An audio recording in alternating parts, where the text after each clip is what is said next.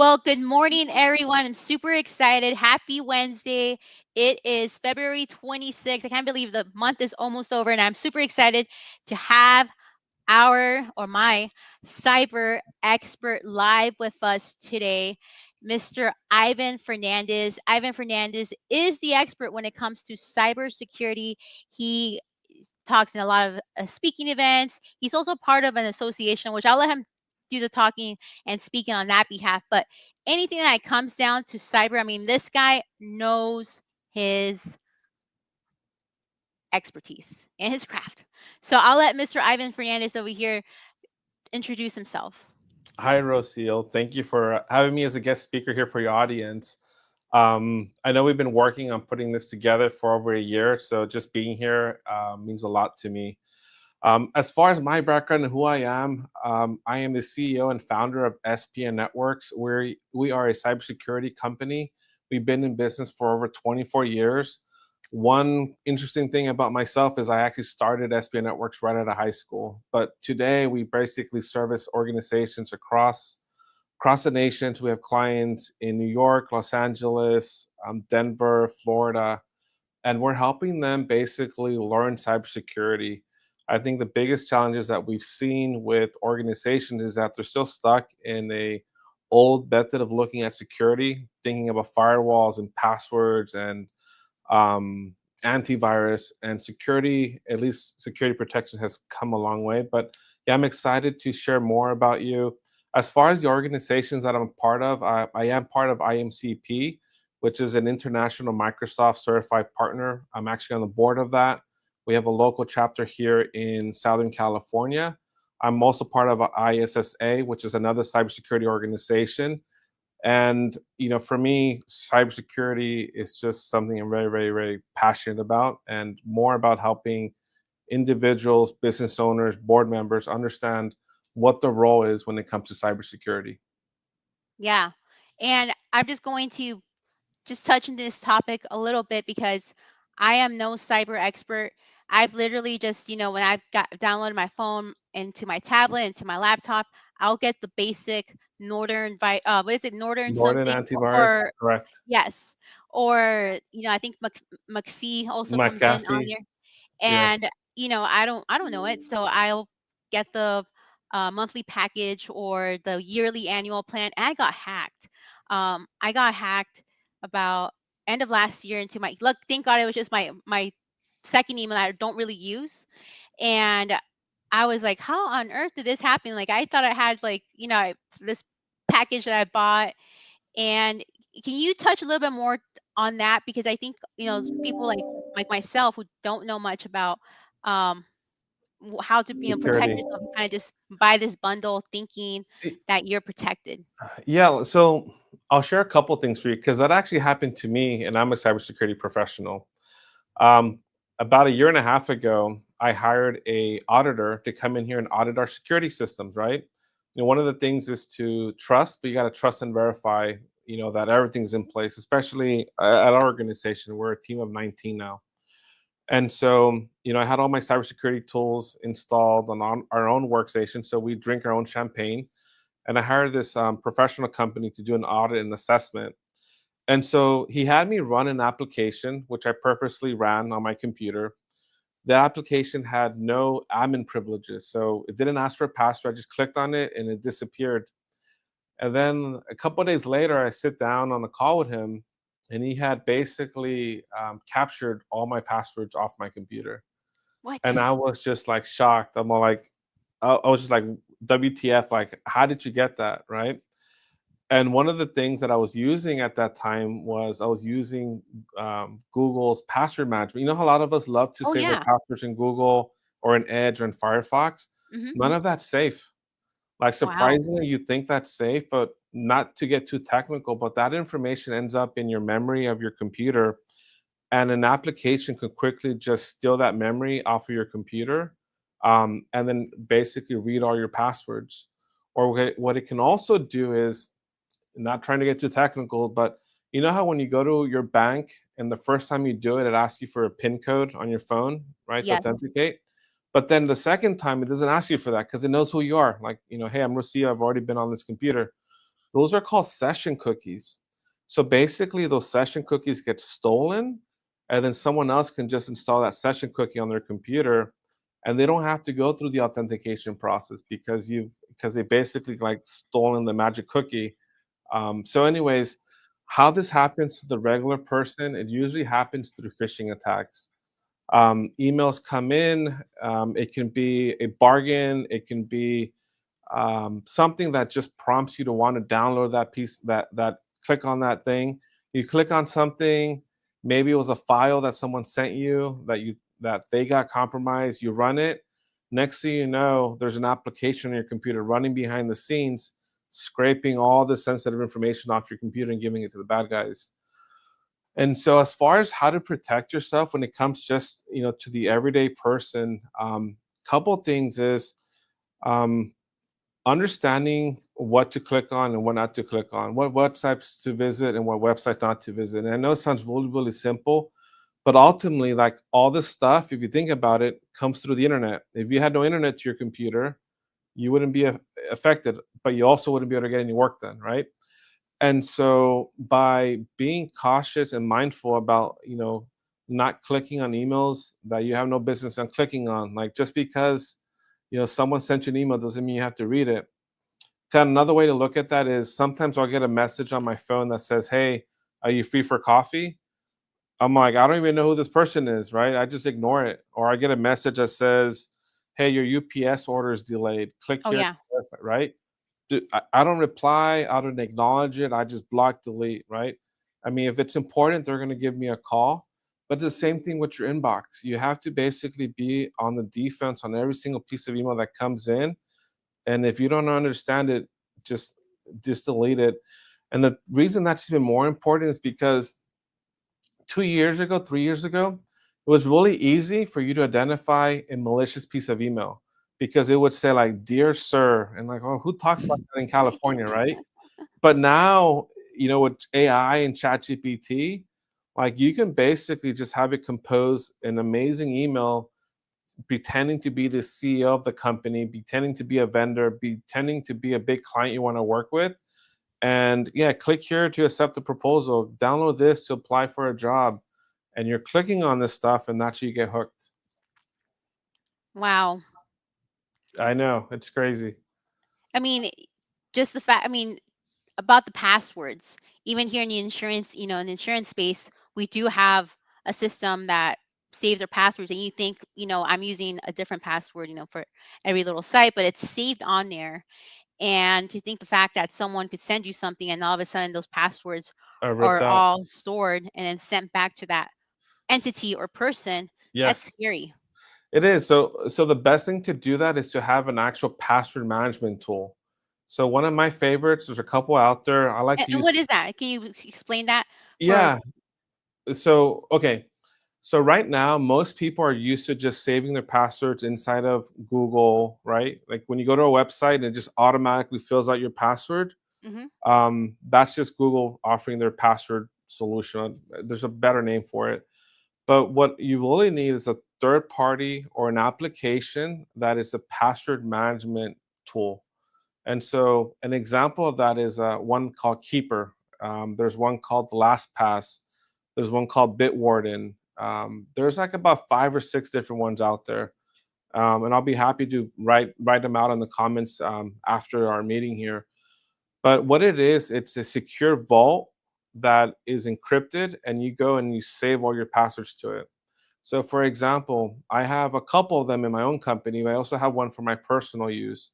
Personally, I use Keeper. And so in Keeper, it's I think keeper.com or keeper.org.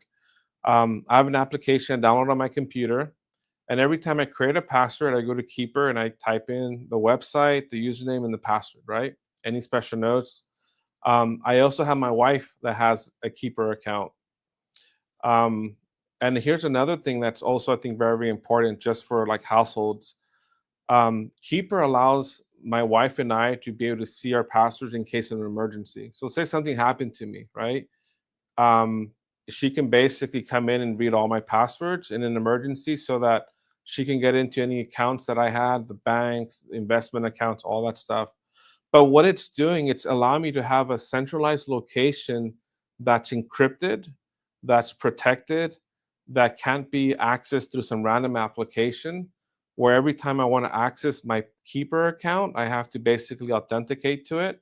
I can put it on my phone, but basically, it's like having a Fort Knox for your passwords.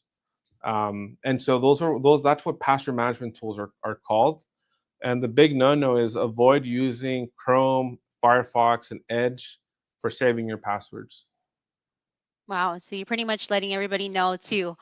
Um, oh, you have someone, they put some comments up here to pretty much go um and change it, because it is, it's a scary. Thank you so much, Kumar. Great insights. Um, yeah, it, it's terrifying to know that all of this is stored. And then, so what do you, does it take, from your standpoint, is this something that you would suggest a company to assign someone to do, or someone like yourself? Because I Yeah. mean, So talking about like organizations, right? I mean, what mhm. we advise our clients is, especially customers, you definitely need a centralized password management tool. That's probably a better word for it. Keeper you has a business plan. I'm not getting paid from Keeper here to advertise them, but I found them to be the one of the best ones out there. But the reason you need that is because in an organization like any business, you have an Amazon account, and there could be like 5 or 4 people in the company that use that account. You have an account for UPS, for FedEx. You Mhm. have an account for your Shopify, for your website. If you have a couple of people managing your LinkedIn profile, right? So all these passwords are being saved somewhere. Most of the time, what individuals are doing is they're all saving their passwords into Google, right, or into these other tools, or they're writing them down, or worse, they're putting them on a file on the computer on the network called passwords. We've seen that all the time, or they're emailing them back and forth, right? You just talked about one of your old mailboxes being compromised. We see this all the time. Once a mailbox gets compromised, there's so much information in there that it's devastating for our organization, right? All the passwords you sent back and forth. So having a centralized password management portal in your organization makes it so that as an organization, you have a place to go to read a password. If you're sharing a password, you can update the password. Everyone has access to it. But also, you have logs of who's accessing those passwords. Like, let's say, for example, someone placed an order on Amazon for $2,000 on Friday. You would want to kind of know who that was. But if there's 5 people that share the account, at least you might be able to go into this password tool and say, okay, well, who accessed the password on Friday, and have some visibility behind that.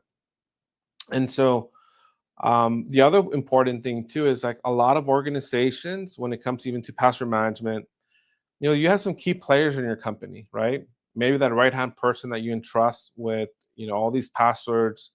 What happens when that person leaves?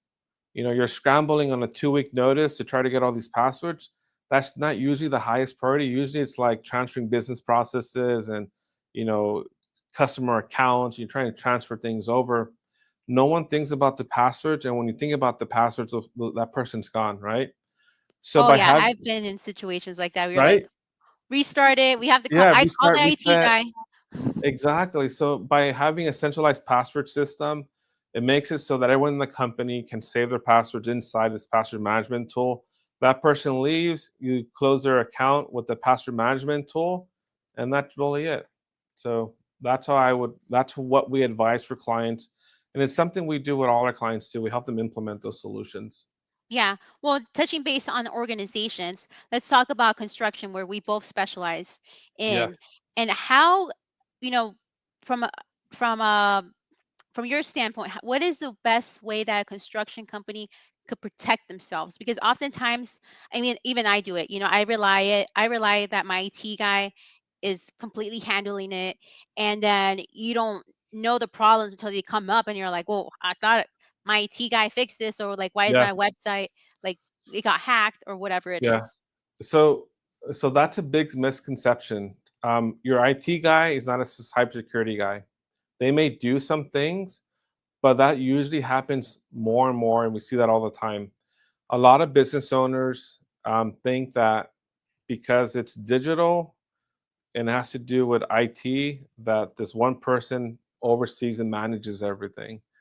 Um, and it's a bad assumption because most of the time, a lot of IT professionals are there to help you with the day-to-day challenges. They're there to help you with the internet, the users, the password resets, the applications, right? Cybersecurity, when it's done right, it's a whole team effort. It's everyone's responsibility in the company. And security isn't something you can just pass along and say, okay, I'm gonna delegate this to the IT person. Good luck. Let me know if there's any issues. And this is one of the things that I explain to a lot of business owners is that, and construction companies in general, security done right starts from the top down. If you're just the IT person in a company and you're trying to tell the business owner how to deal with security, what to implement, what password tools to get, it doesn't have a lot of weight when unless it comes from the top down. Now, you're a business owner, right?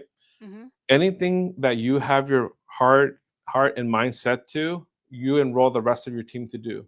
We're gonna, go out there and conquer this market. We're gonna go out there and build this, amazing organization. We have a vision for this. It comes from you at the top and it trickles all the way down. You basically allocate the time and resources for your team to be able to focus on that vision.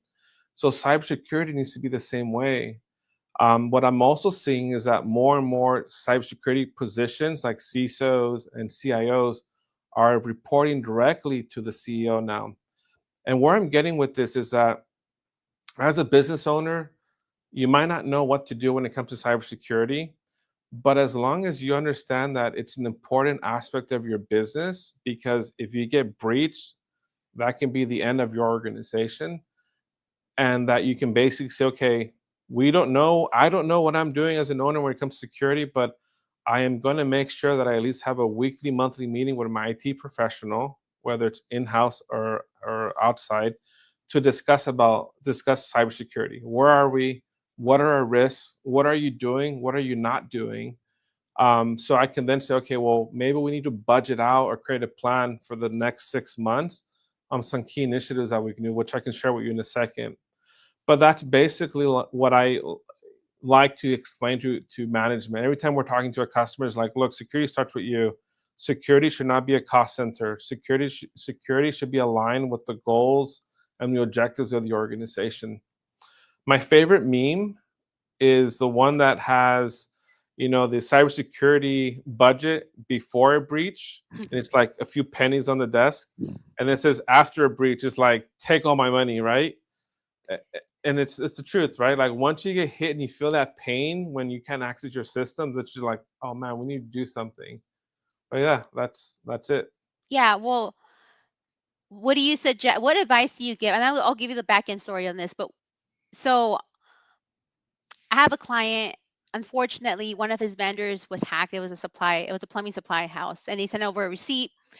The office wired money to this so-called vendor. It was $25,000. They thought, because they were like, hey, yeah, we owe money to the supply house, pay it, blah, blah, blah. Hmm. Wired the money.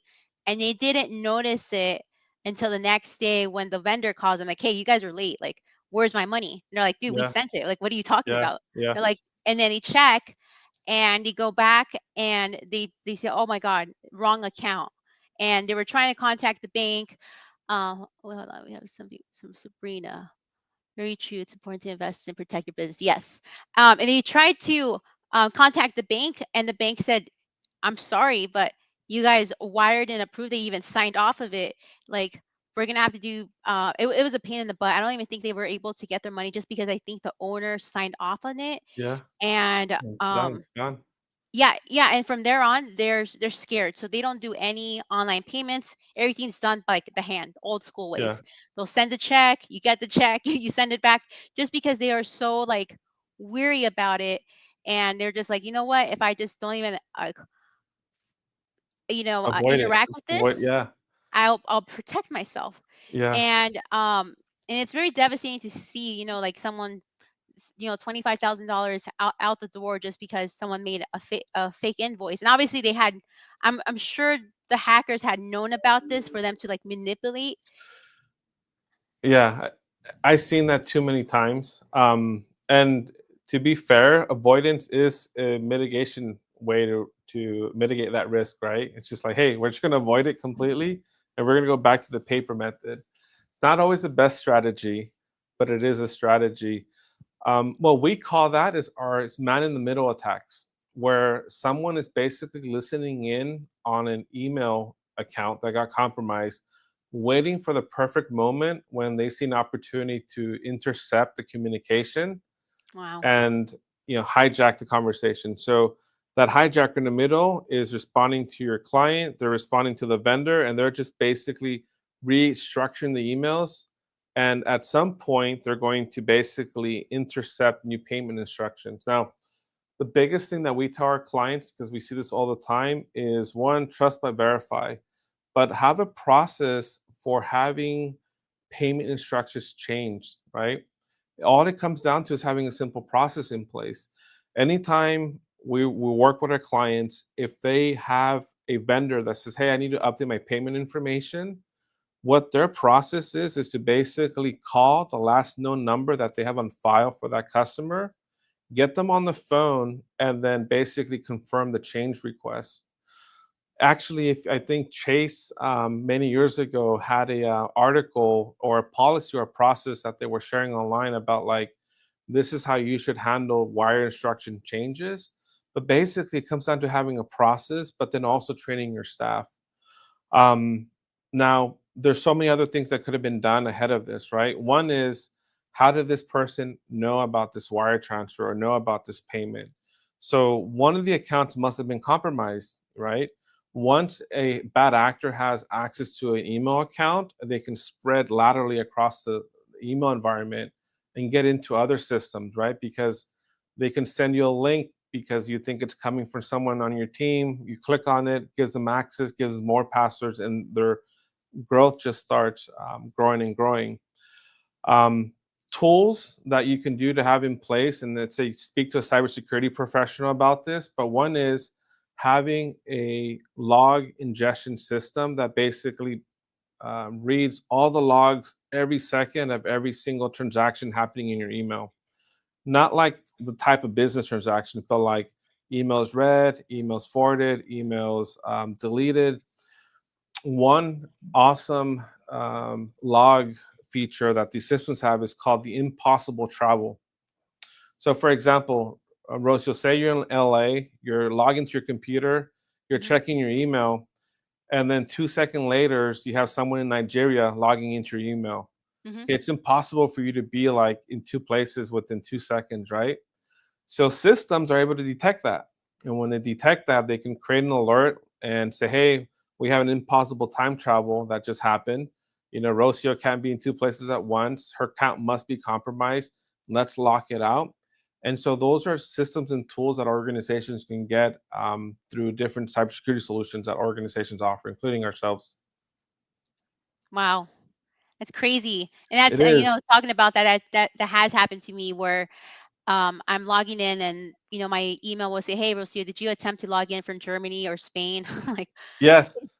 So and some, and it's just like, um, how is it that these hackers have all this information? Are they just like worldwide? Because I see this worldwide. And is there like a black world or a black yeah, cyber world where things get, it like, is. okay. So there's a whole marketplace. So basically, what you and I are doing now, where we're educating people, and you have lawyers and you have CFOs and you have business consultants. There's a mirror image of everything that we're doing on the dark side. And so a couple years ago, I went to a conference called Write a Boom in Vegas. I was actually there last week as well. Um, they were just describing how there are organizations out there that have their own underground conferences about how to attack businesses, how you can be profitable in compromising individuals. We just body that all into the dark web, so it's a dark web. But essentially, like, there's organizations out there that all they do is they will compromise an account, right? And then they will go to the dark web and say, hey, I got access to Rocio's account. I got access to SPN's account. I got access to whatever account it is. And they'll sell that access to the highest bidder. and then someone Wow. else comes in and they come in and they rain their terror and compromising systems. Like, let's say that you do have a compromised system, but you don't know how to negotiate that ransom, right? And so they have ransom negotiators that can basically come on your behalf, take a percentage as a bad actor, and negotiate a ransom with the insurance company on the good side. They have something called kitty scripts, which are basically makes it very easy for someone just to go online, know nothing about coding, nothing about programming, download these tools that they bought, and basically try to compromise business accounts. And guess what? They have tech support if you get stuck.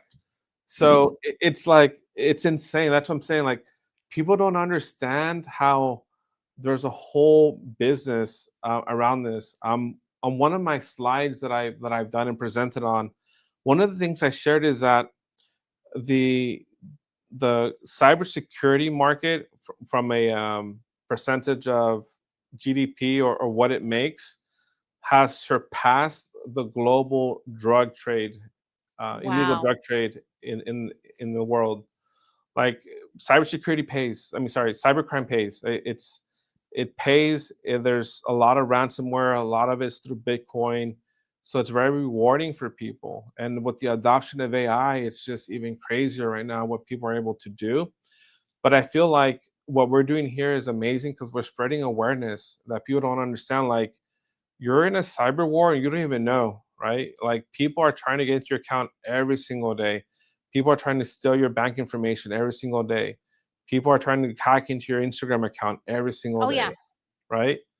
Um, I just signed up for a new Instagram account, and I kept getting emails, that, hey, your post was violating some terms. Click here to da da da da. I'm like, dude, I'm not. I was born at night, but not last night. Just delete or block a report.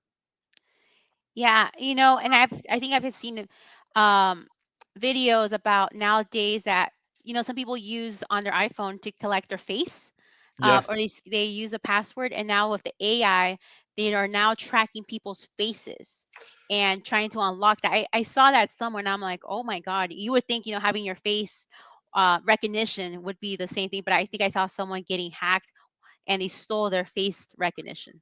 they did, and they're doing that a couple years ago. I think this was 2 years ago. I knew someone that worked at a bank, and they were already training their team on identifying deep fakes What is because they're that? already Is that what it is? so a deep fake is basically like if you ever see like a music video with an artist and it wasn't really him, but it looks like him because someone created like a video of him singing a song, Yeah. or they capture his voice and they make like a sometimes it's a cool song, but it's not him that recorded it. So those are called deep fakes. And so what's happening now is that someone can basically, even through us doing this engagement right now, grab our voice, sample it, and then they can basically call the bank, they can call our mother, they can call our brother, and basically use our voice to basically say, hey, we're in trouble, I need some money, wire it to these Oh my God. instructions.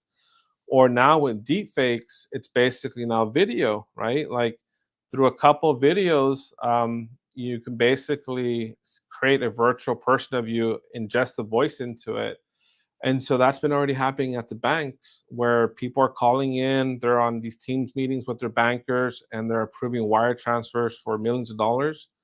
And so Chase, the person that I knew was already receiving training on how to basically identify these type of things. And I'm sure they've taken other preventive measures. Wow. My That's solution for that is going to be to have a like a code word, right? Because I thought about it, and then one of the things I've spoken to my wife and to my team about is, we need to create like a code word so that if you receive a message from me and it seems kind of off, like, just ask me for what my code word is, right? So we can just have a mechanism of a way to just validate that it's actually me. Because I mean, like I said, it's really easy to clone someone's voice, clone someone's video, and use it against them. yeah. And all of this, I think sometimes people stay away from cybersecurity because it's like, oh my God, all this technology. Like, how much does it cost? Yeah. I think that's maybe the fear that people stay away from, um, securing their business. And can you talk a little bit more about that? I can, and I think especially for your audience, our audience here with the construction company and contractors, Yes. um, the way that the first thing I would say is that everyone's on their own journey when it comes to cybersecurity, and that's okay. Everyone also has a different risk appetite. The same way you buy car insurance, you might have a car that's 5 years old. Do you get full coverage? Do you get liability only? Right? It just depends. You know, everyone has a different budget, and security is the same way, right? Some people might just say like, my way of mitigating this is just to avoid it. We're going to go back to sending letters. We're not going to do any wire transfers. Um, and so I think it's just, first of all, assessing where you're at. You know, like if you have no clue what you're doing in your business, set up a call with your cybersecurity professional. Give us a call, your IT person, in-house IT, and just try to understand. Like, okay, talk to me where we're at. What's your plan? Have there been any compromises? You know, what can we do to improve things? Because then that And gives then you, let me ask you a question, like, coming from me, that if you were to ask me where we're at, I'm like, I don't know. Like, I yeah, I could get the information from the IT guy yeah, telling me to send me what program, because to be honest, I completely don't know what I have. I know I have something, but like I said, like, just like many other people, we kind of just rely on the IT person, like, hey, send me the password. You have this. So on that point, how, like, I guess if someone wanted to set up a call with you, how long does it take, or how could you guide someone to know where they're at and how to, like, yeah. show them if they're properly secured? Let me see if I can just share my screen because I think I have something that it's really simple and I think easy to understand. Yeah, and then let me know if you have any issues with sharing your screen. All right, let's give it a try. Can you guys see my screen? No, there's a little button at the bottom that says present, but let me see. Maybe I need to give you some.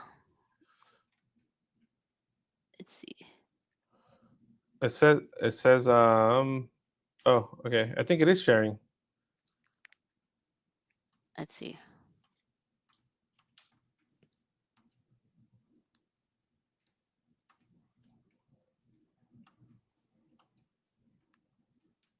It's nothing showing up on my end. Okay.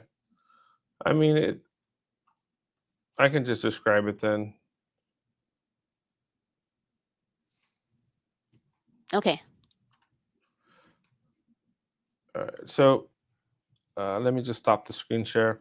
Okay, so I'm going to try to describe this the best I can, right? So when it comes to security, um, the biggest point I want to make is that the end goal is to have a cybersecurity plan in place. Like that's the ultimate goal. For your audience, the best place to start is something called the CIS controls, which is a Center of Information Security. And that is a nonprofit that's funded by the US government and a lot of other organizations that have come together with the best people in the industry to create a simple cybersecurity plan. Like one of the things that I usually tell people, and I use this analogy a lot, if you're going to build a home, you don't just call your friends, get a 24 pack of beer, and say, all right, like let's start building a foundation here, you know, like kitchen over there, some landscaping over here, throw a grill over there, and let's get to work, right? It takes a lot of planning. Like you gotta basically for sure get an architect. You better best believe you gotta talk to the wife about the kitchen and the bathrooms, right? And the master bathroom and the walk-in closet. You need an interior designer. You need to go through this process, right? You need to get an inspector. You need to speak to an architect, hire a contractor. You're going to fight about it. You're going to have disagreements, right? At the end of the day, you're going to have something beautiful. And that's the same way security should be. And you need to have a cybersecurity plan. CIS controls provide that roadmap for organizations to use, and you can go on the journey by yourself. The first control of this journey is all about identifying all the assets that I have. What does that mean to me? An asset when it comes to cybersecurity is anything that has any value to you. So your computers, your people, your fleet of vehicles, your warehouses, right? Your data, your Instagram followers, right? All the things that have value to you, you need to identify them. Once you're able to identify what you have, it's okay, great. How do I protect this now? How do I protect my fleet of vehicles, right? Okay, well, we need to make sure we have fencing in place, an alarm system, low jack. But how do we protect maybe the data that I discovered is on my laptop? Well, maybe we need to have disk encryption enabled, right? So that in case my laptop gets stolen, that information isn't just out on the web or ends up in the wrong hands. And so as you go through these controls, you're basically starting with the first one, which is really simple. If I don't know what I have, how do I know how to protect it? Mhm. Right. And that's the simplest concept to understand. And that's a simple exercise that you can do with your team as the owners. All right, give me all the places we have data. I don't care what it is. If it's personable, identifiable information, I want to know where it's at, where it lives. It's on Instagram, it's on my website, it's on LinkedIn, it's on my laptop, it's on the cloud, it's on Google. All right, great. We got that mapped out. All right, like what's all the things we have in our network? Like talk to me about all the computers. Or we have all these computers. Well, what about Rosa? Oh, that's her home computer. Okay, that's a big no-no, right? You want to make sure that the organization provides all the computers because you want to be able to lock those things down. And then once you see everything, so okay, how do we protect this? And you can then have your IT professional say, hey, like, the my Instagram accounts, how are those protected? Well, Rocio, I think you have 2FA enabled. Oh shit, I don't know. Let's go check. Okay, great. How do we protect, the sensitive information on the laptop? Well, we need a better antivirus or we need a backup, right? And so you go down this process of identifying, protecting, and then what you'll find out is that these two columns, and there's five I'm going to talk about, revolve more around technology like disk encryption software, password management tools, um, antivirus on steroids, which it's called EDR now for endpoint detection and remediation solutions. Um, but then you get to a point where you've already implemented a lot of things to protect your environment. But how do we detect when we've been breached? That's the key question, right? Like, how do we detect when someone's in my mailbox? How do I Mhm. detect when someone's in my Instagram account? How do I detect when maybe someone is accessing my office at the middle of the night and I don't know they're in here going through my files, right? So, what controls do we have in place to detect threats, bad actors in our environment?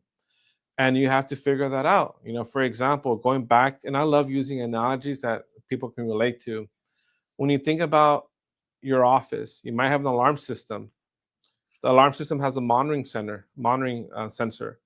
There's motion, it detects it, the alarm goes off. That's a Mhm. detect mechanism, right? So same thing with the impossible time travel. You have to have something that can read the logs of your systems to be able to provide and detect these things as they're occurring. Now, the last two, once you get into detect, it's like, okay, we found someone on our network. What do we do? Someone just broke into our office, the alarm just went off. What do we do?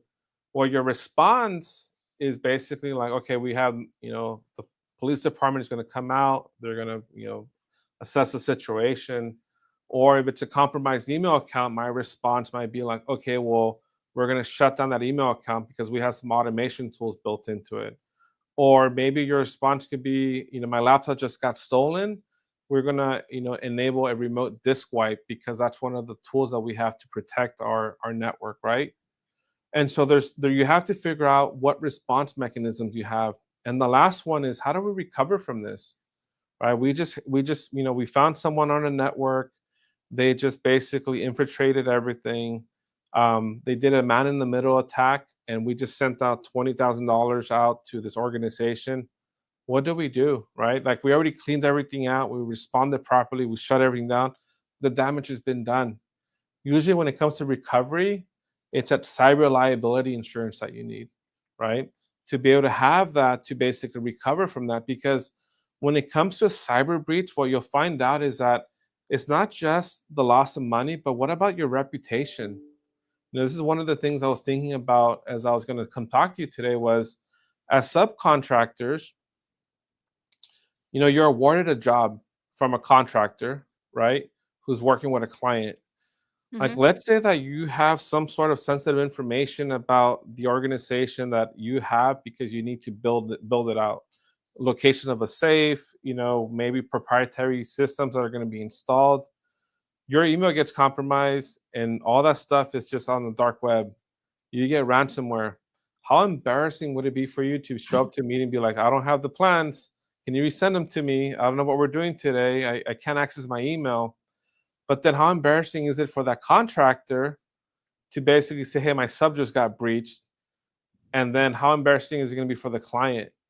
So, I mean, we're all a team here, from the client to the contractor to the subcontractor, in protecting this information. Yeah, I mean, embarrassing is one thing, but I mean, I'm just thinking about like project delays, issues, right? Like, Yes. I can't communicate with the sub. Where is he? Blah blah. Like, oh, we can't. A- And that's scary because I've heard of emails being breached, and sometimes people can't have access to the emails until like a week or two after they've cleaned up, restored, and all of that. So, and that's the thing, like reputation damage. I mean, that's where your cyber liability insurance comes into play, right? Having Hmm. a policy that can help you recover from that can provide an so most cyber well, I think at this point all cyber liability insurance companies will provide an incident response team. You get breached, yes, call your IT guy, but you will get a dedicated number that you can call and say, hey, we just been breached. They're going to sign an attorney to you. They're going to sign an incident response team to you. They're going to sign a PR company to you, right? If you get CNN on the news, say, hey, we just heard you got breached. You don't want to just be like, you want to be able to handle that, right? And you need professionals to help you with that. And that's a recovery part. Now, I just basically went through these 5 steps: identify, protect, detect, respond, and recover. Everything to the left is really more about technology. What antivirus can we put? What firewalls? What backups, right? Everything to the right, which would be like more the detect, respond, especially recover, it's driven more by people and processes, right? So that's not really an investment of technology, but it's more an investment of time. Like being able to have a response plan, it's an amazing thing. Like in your organization, like every organization should but have an itemized plan of say, okay, if the CEO's email gets breached, what are we doing, right? Everyone's gonna say we just Nothing. call the IT guy, but I just thought yeah, about like yeah, like what happened. call the IT guy, reset the Yeah. password. But honestly, like if the CEO's mailbox got compromised, people don't think about it. He has all these passwords in there. He has his, tax returns in there, social security numbers. He probably has the employees' pays, the employees' Hmm. social security. Like there's so much information in that mailbox that people just brush that under the rug most of the time. And so what you need to establish is like, okay, like when we get breached, we need to have a plan. Another great thing that I see like more organizations starting to do are called table topic exercises. What is So, that? I'm gonna clear this up for you. You remember when you were in elementary school Yes. and you had to practice for a fire drill or Hmm. practice for an earthquake? What did they make you do? Go under the table. Go under the table, right? So it's an exercise because, like, in case of an earthquake, you gotta boom, you gotta know how to duck roll. I remember for fires, we had to practice duck, roll, and cover. I'm getting all this stuff mixed up, Yeah. No, it was that. It right? was that one. Um, when I worked in downtown LA, we were in a building off of Los Angeles Street, and every year the fire department would come out and they would do like this whole annual drill where, someone had to pretend to be injured in one of the floors. Someone had to be like the chief person responsible for the floor. You had to evacuate the building, right? They had to clear out all the floors. But basically, those are table topic exercises, right? They're fire drills because you want everyone to understand what the role is in these situations. So what we like to do with our clients is set up table topic exercises where we say, okay, bring in all the executives. Okay, boom, like emails just got compromised, or your Dropbox account got compromised, your hard drive, stolen. You're not able to submit any bids. What are you doing? What's the plan? And everyone's going to stumble through it, but at least you start making a plan. People are going to start realizing that, oh, well, why don't we use the paper forms? Oh, we haven't used those in 10 years. Or, can't we use this other system? No, we stopped using that. And these little things come out right? That you start identifying as like, okay, we need to create a better plan for this. And that goes into your incident response plan. And that takes zero money from the sense of buying something. You're not trying to buy a new firewall, a new antivirus, a new password management tool. It's basically just you sitting down with your team and doing the proper planning for it. Wow. Yeah. Yeah, I'm just thinking about like the way the processes that you just said. It's the same thing as like for workers' comp. There's, everybody has an incident response plan. Yes. Well, you should have one. And if you don't, make sure you get yourself one for both workers' comp and cyber, because it's the same thing. If your computer goes down, you get hacked, your business, you can't ultimately run it. And that's the thing with contractors, right? You have an office, and usually that office, you might have, if it's a large office, you have your tools, you have your laptops in there, you have material. But majority of contractors usually have a smaller office, and it's all laptops. It's laptops. And if that laptop were to get compromised, your staff gets hacked, there goes your business for the day. And you guys have men out there working in different Hmm. locations. And to even think that, if you guys are sharing around the platform, having a tablet, and you guys can't no longer access or communicate, it's Hmm. just devastating to know that. And one other thing that I like to share with when my construction clients and your audience here is that they already have an awesome framework internally that they can Hmm. follow and repeat, which is construction safety. Hmm. Like construction safety is paramount, right? You're dealing with the life and death situations for individuals. Every job site, at least for the larger clients that we have, there's one person that's the main person that does construction safety. They have daily meetings, if not weekly meetings. They're walking through the thing, identifying risk out on the job site, reporting. The organization's also evaluating, how many injuries they have. They have goals to have like zero injuries this for the year, for 2 years, 3 years. I have clients that have made slogans about construction safety. They make shirts. It's a culture that you built Hmm. right around construction safety because you're like, dude, we care about our people. Again, going back to identifying what's important, our people are important, right? They're our most important asset we need to protect, right? How do we detect, when there's something going on? We have construction safety, we have walkthroughs through the job site. And of course, like if something gets injured, you have a way to respond, which is what we spoke about. You have those things for your eyes to wash your eyes. You have, those emergency kits, on the job trailers. And recovery, right? You got, whether it's workers comp, whether it's, insurance, whatever it is. So construction industry is already going through this method of identify, protect, detect, respond, and recover, right? And it's the same thing with cybersecurity. Now, it's not the same as life and death situations when it comes to the human person, but it is life and death for a business. Like have another person that I spoke to that had I think it was a 60-person finance company. It was a CPA firm. They got hit with ransomware. They had to go down to 12 users, 12 people. Like imagine the amount of business that they lost, the accounts that they lost because the trust was broken. And so when I think about the parallels between what the construction industry is doing and when it comes to construction safety, it's the same thing with cybersecurity. You got to build a culture around it in your organization, especially you have the resources to. You got to stand at the top of your organization as a leader and say, hey, this is important for us. Your data is important. Your personal information is important. Making sure this organization doesn't get breached is important, and do what you can to protect it. Yeah. No, you cover all points, and I like the example you use about safety culture. And yeah, I mean, safety is it's key in construction, and that's the same way that you have to think about when it comes to cyber and protecting your business. So if there's anyone out there that has any questions, comments, feel free to drop them in the comment section. If you guys want to reach out, we could also reach out via email. I believe that my Instagram might be, it allows you to see it, but you can't comment. So for those who are on Instagram, you go ahead, you guys could DM me. You could also reach out to Ivan. I tagged them in my story. And then Ivan, if people want to get in touch with you, what is the best way? Yeah. So best way for me is email. I'll put it in the comments, so but it's just my first initial last name. So it's I Fernandez at spnnetworks.com. That's networks.com. And my mobile number, 562-745-4120. I pretty much share that. So if you guys want to text me, shoot me an email, happy to help out anyone that I can. Awesome.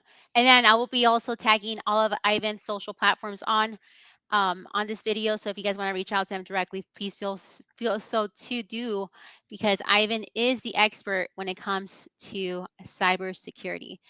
And I just want to thank you so much, Ivan. And I'm also excited because I think he just confirmed that he will be doing a Spanish version with me. I So for my will. Claro que audience on sí. YouTube, yes, we will be having a Spanish version of on this, along with other topics too. So thank you so much, everyone, for your support. And thank you, Ivan, for joining me on this call. No, thank you. The pleasure was mine. And thank you.